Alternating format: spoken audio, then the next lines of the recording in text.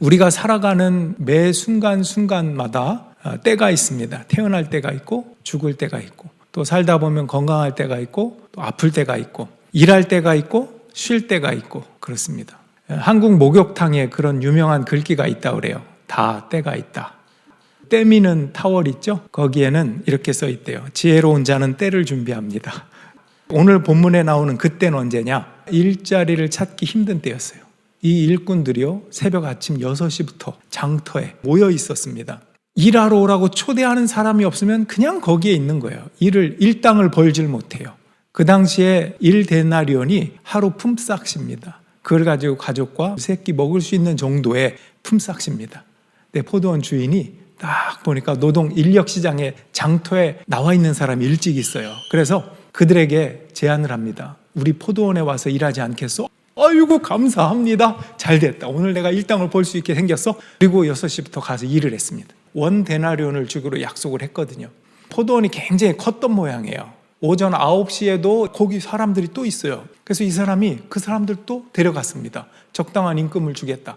또 가보니까 12시에 아직 일을 못 잡고 빈둥거리는 사람이 있는 거예요. 왜 빈둥거리고 있어? 그러니까 저희가 일거리가 지금 없어갖고 이러고 있습니다. 그래? 포도원에 와서 일하겠어? 아이고 감사합니다. 오후 3시 그때도 있는 사람이 있어 데리고 왔습니다. 근데 오후 6시에 닫거든요. 1시간 전 5시에 인력시장에 포도원 주인이 가봤더니 그때도 거기 있는 사람이 있어요. 그래서 와서 일할래요? 그러니까 당연하죠 하고 가서 일을 했습니다. 1시간 일했어요.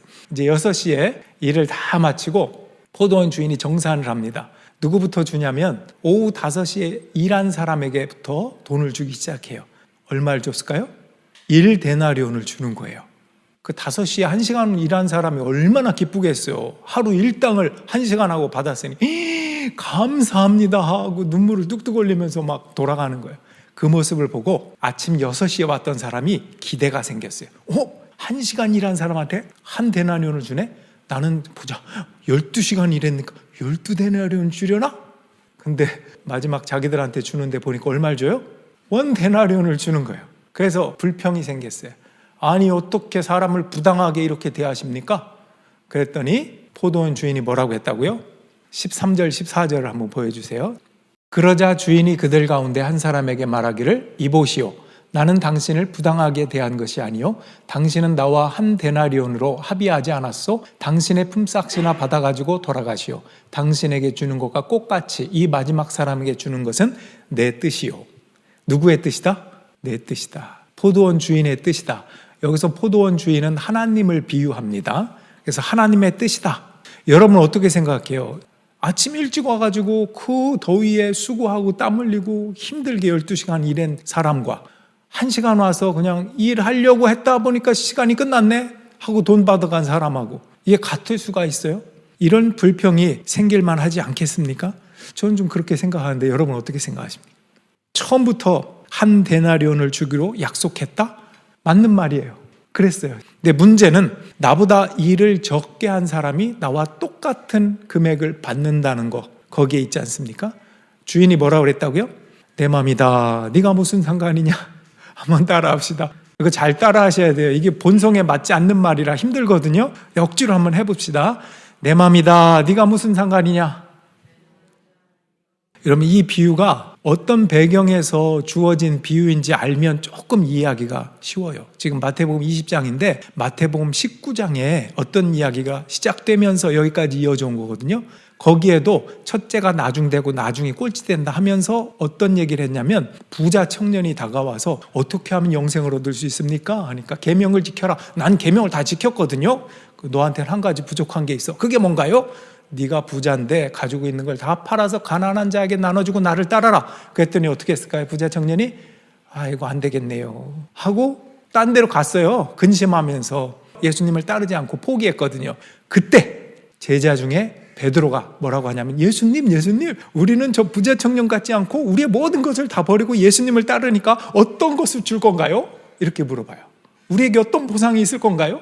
그때 예수님이 그래 말 잘했다. 보상이 있을 거야. 100배의 보상. 그리고 나를 위해서 모든 것을 버린 자들에겐 영원한 생명이 있고 큰 상급이 있을 거다.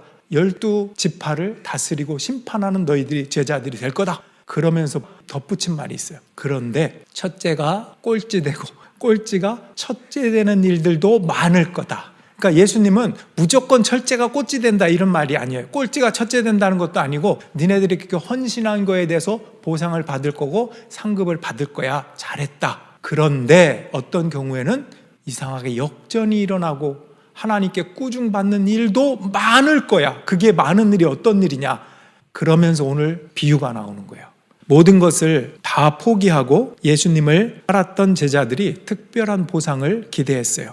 바로 그런 제자들에게 이 포도원 품꾼의 비유를 하신 거예요. 자, 다시 포도원 품꾼의 비유로 돌아와 봅시다.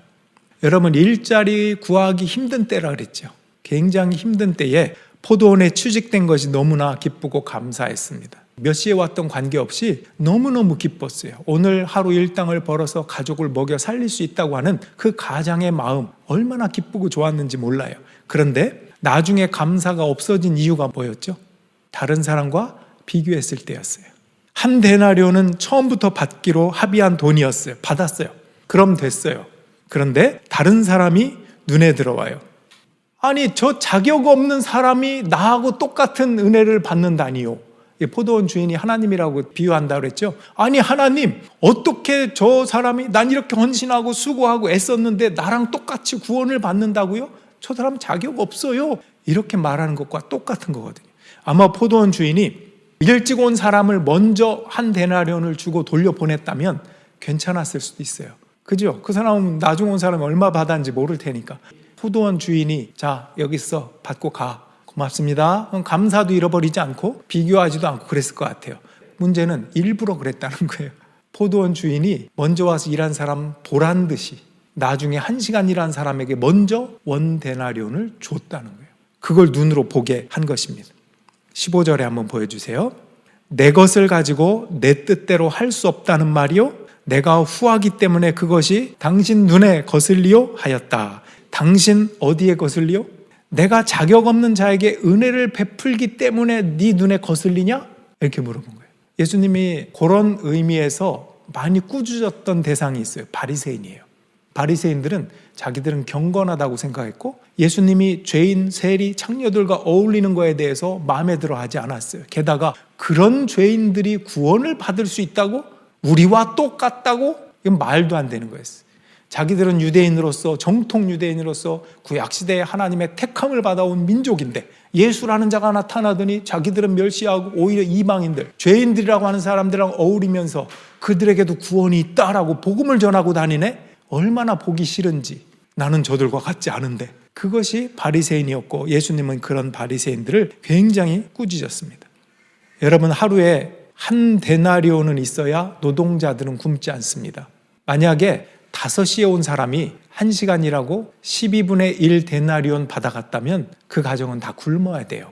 그걸 아는 포도원 주인이 은혜를 베풀어서 1시간밖에 일하진 않았지만 그래도 내 포도원에 와서 일했으니 내가 마음껏 너에게 은혜를 베풀어 줄게, 그런 의미로 12분의 1이 아니라 원 데나리온을 줬다면 옆에 있던 그 사람이 어떻게 해야 되죠? 와, 포도원 주인은 정말 은혜로운 분이네. 너무 감사하다. 야, 너 잘됐다. 너 일 없어가지고 시장에서 네가 원해서 논 것도 아니고 일이 없어서 빈둥거리고 있었던 건데 마침 은혜로운 그 주인이 너를 일 시켜가지고 또 원 데나리온을 풀로 준다니 얼마나 잘됐는지 몰라. 우리 내일도 또 일거리가 있으면 좋겠다 하고 서로 기뻐하면 얼마나 좋았겠어요. 그런 마음이 아니에요. 바리새적인 마음이 들어오면서 어떻게 제가 나와 똑같아? 그때 포도원 주인이 뭐라고 했다고요? 네가 뭔 상관이냐, 이렇게 얘기하는 것입니다. 하나님은 마치 그런 것 같아요. 몸이 불편한 자식에게 아버지가, 어머니가 조금 더 관심을 더 갖고 다른 멀쩡한 자녀들이 보기에는 왠지 더 사랑을 베풀어 주는 것 같아. 불공평한 것 같아. 근데 아버지, 어머니 입장에서는 제가 좀 모자라니까 내가 더 사랑을 줘야지, 이런 마음이었는데 자녀가 볼 때는 불평하는 거죠. 우리가 알지 못할 이유들이 참 많거든요. 우리가 부모가 돼 봐야 그걸 알겠죠. 하나님께도 마찬가지. 내 기준으로 하나님 왜 그러시냐고, 이게 공평한 게 맞냐고. 근데 하나님 입장에서는 오히려 공평한 거예요. 더 많은 사람들을 생명을 살리기 위한 하나님의 판단에서 하는 일들을 우리가 볼 때는, 우리의 아주 좁은 눈으로 볼 때는 그냥 다 불만인 거죠. 결국 감사를 잃어버려요. 이것이 바리새적인 것이고 불신앙적인 모습이다 하는 것입니다. 여러분, 지금까지 말씀드린 대로 첫째, 이것은 당시 유대인들, 특별히 바리새인들의 얘기일 수 있습니다.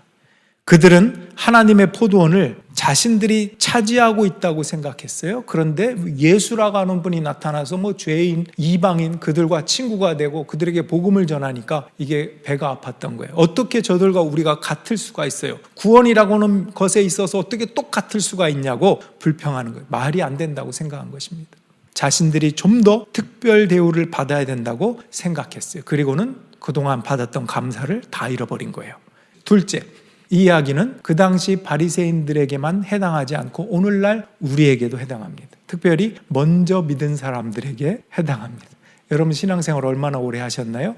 나중 온 사람에게 어떤 자세를 갖고 있습니까? 저는 그동안 목회자로서 마음 아팠던 경험이 몇 번 있었습니다. 저는 이제 잘 잊어버리는 은사가 있어요. 제 장점이긴 한데 그래도 잊어버리지 않아지는 그런 마음이 아팠던 경험들이 몇 번은 있습니다. 그게 뭐냐면 오늘 말씀과 연결되더라고요. 일찍 온 사람이 늦게 온 사람을 그렇게 타박하더라고. 그게 보기가 좋지 않았어요. 아마 모든 교회에 이런 분이 있을 거예요. 근데 누구 한 사람을 특정하고 싶진 않은데 그냥 경험을 했으니까 그냥 이분이라고 할게요. 이분이 캐나다에 와서 신앙생활을 하는데요. 너무 재밌었나 봐요. 예배에도 한 번도 안 빠지고요. 성경 공부도 진짜 열심히 했어요. 봉사도 많이 하고. 근데 남의 흉을 잘 봤어요. 이게 습관이에요.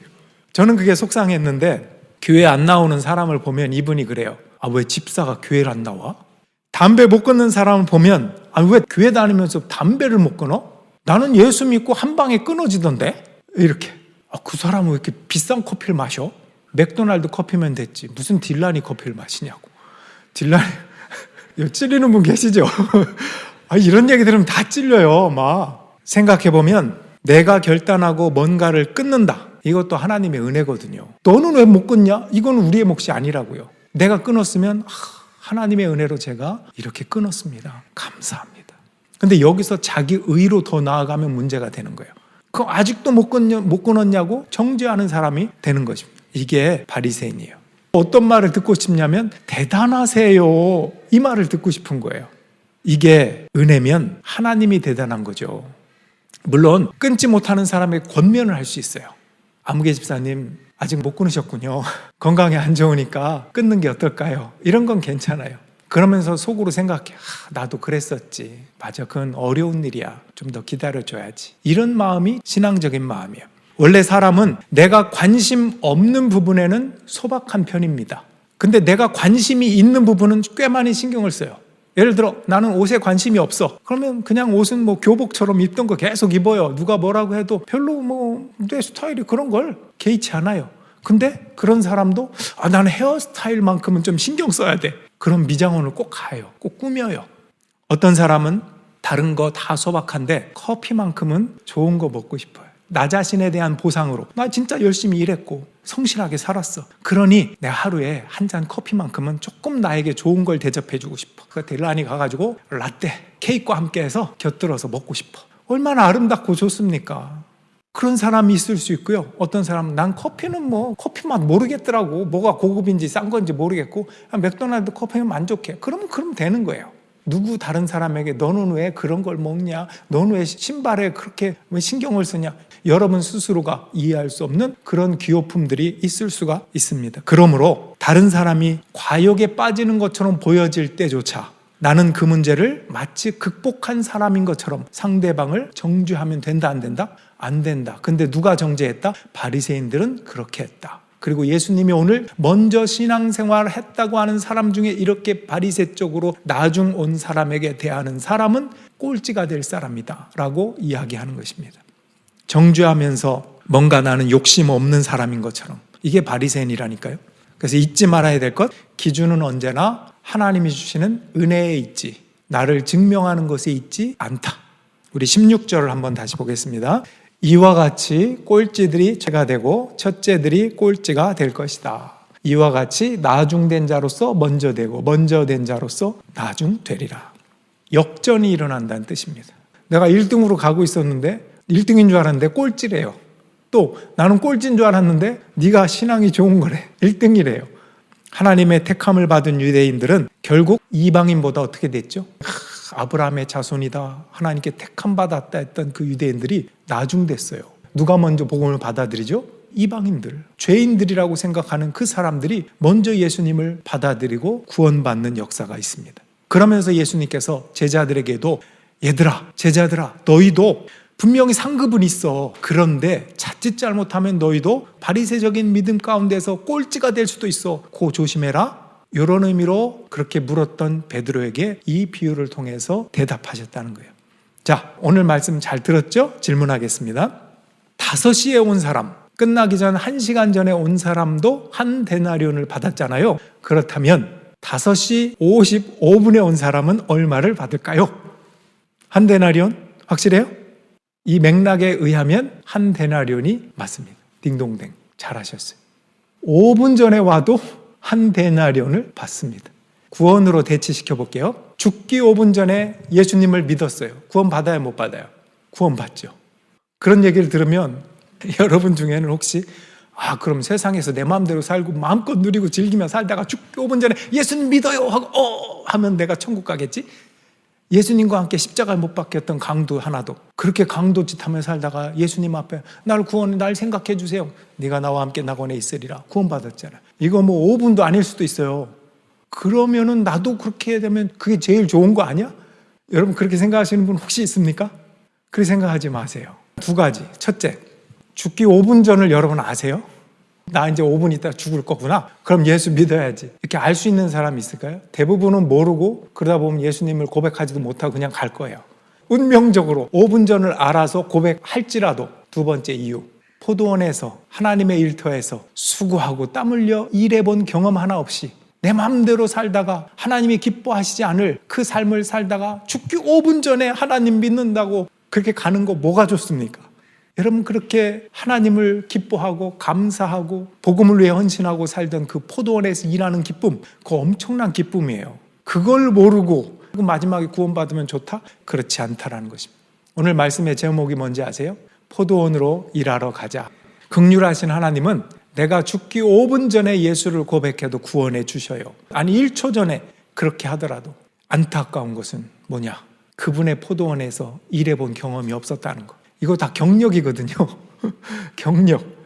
나를 일꾼으로 부르셔서 하나님의 포도원에서 일하게 하신다는 그 행복과 감격, 그 감사.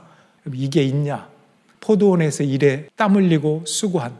오늘 일찍 온 사람이 어떻게 표현했냐면 그 종일 수고하고 땀 흘린 거 불평적으로 얘기했거든요. 그렇게 얘기하지 말고 진짜 믿음 있는 사람은 어떻게 해야 된다?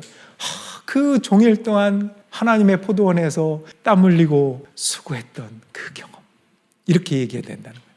여러분 중요한 것은 포도원이 어디냐? 포도원이 교회라고만 생각하지 마세요. 포도원은 교회이고 여러분의 가정이고 여러분의 일터이고 여러분이 발딛고 살아가는 삶의 현장이에요. 거기가 포도원이에요. 이제 조금 적용해보고 말씀을 정리하고 마치려고 하는데 신앙교육이라는 것도 마찬가지입니다. 자녀에게 억지로 집에서 성경 읽어라. 너 기도 생활해라. 이렇게 강요할 것도 없어요. 그냥 내가 삶 속에서 자연스럽게 성경을 읽고 내가 자연스럽게 기도를 하고 그거를 어린 자녀가 볼 때 엄마를 사랑하는 자녀라면 엄마의 그 행동을 따라합니다. 근데 중요한 포인트가 있어요. 엄마를 사랑하는 자녀면 그 모습을 따라한다고요. 그렇지 않고 엄마를 사랑하지 않아 별로. 그런데 자꾸 뭘 강요해. 기도해야지. 말씀 봐야지. 이거 뭐 해야지. 그러면요. 거부 반응이 생겨요. 왜 그런지 아세요? 똑똑해서 그래요. 그 자녀는 되게 똑똑한 아이예요. 그 부모의 이중적인 걸 다 보거든요. 엄마는 맨날 부부싸움 하면서 나한테는 말을 예쁘게 하라고 그러고 막 화도 내면서 나한테는 화내지 말라고 그러고 그거 다 알거든요. 근데 신앙교육이라는 게 조심해야 합니다. 바리새적으로 신앙교육을 시킬 수도 있어요. 바리새인은 드러나는 죄를 짓지 않았어요. 도둑질하거나 이런 거 없었어요. 표면적으로는 선해 보여요. 착해 보여. 율법도 지키고 막 경건해 보여. 근데 그 안에 부패한, 인간으로서 그 죄의 부패함을 인정하지 않는 자들이에요.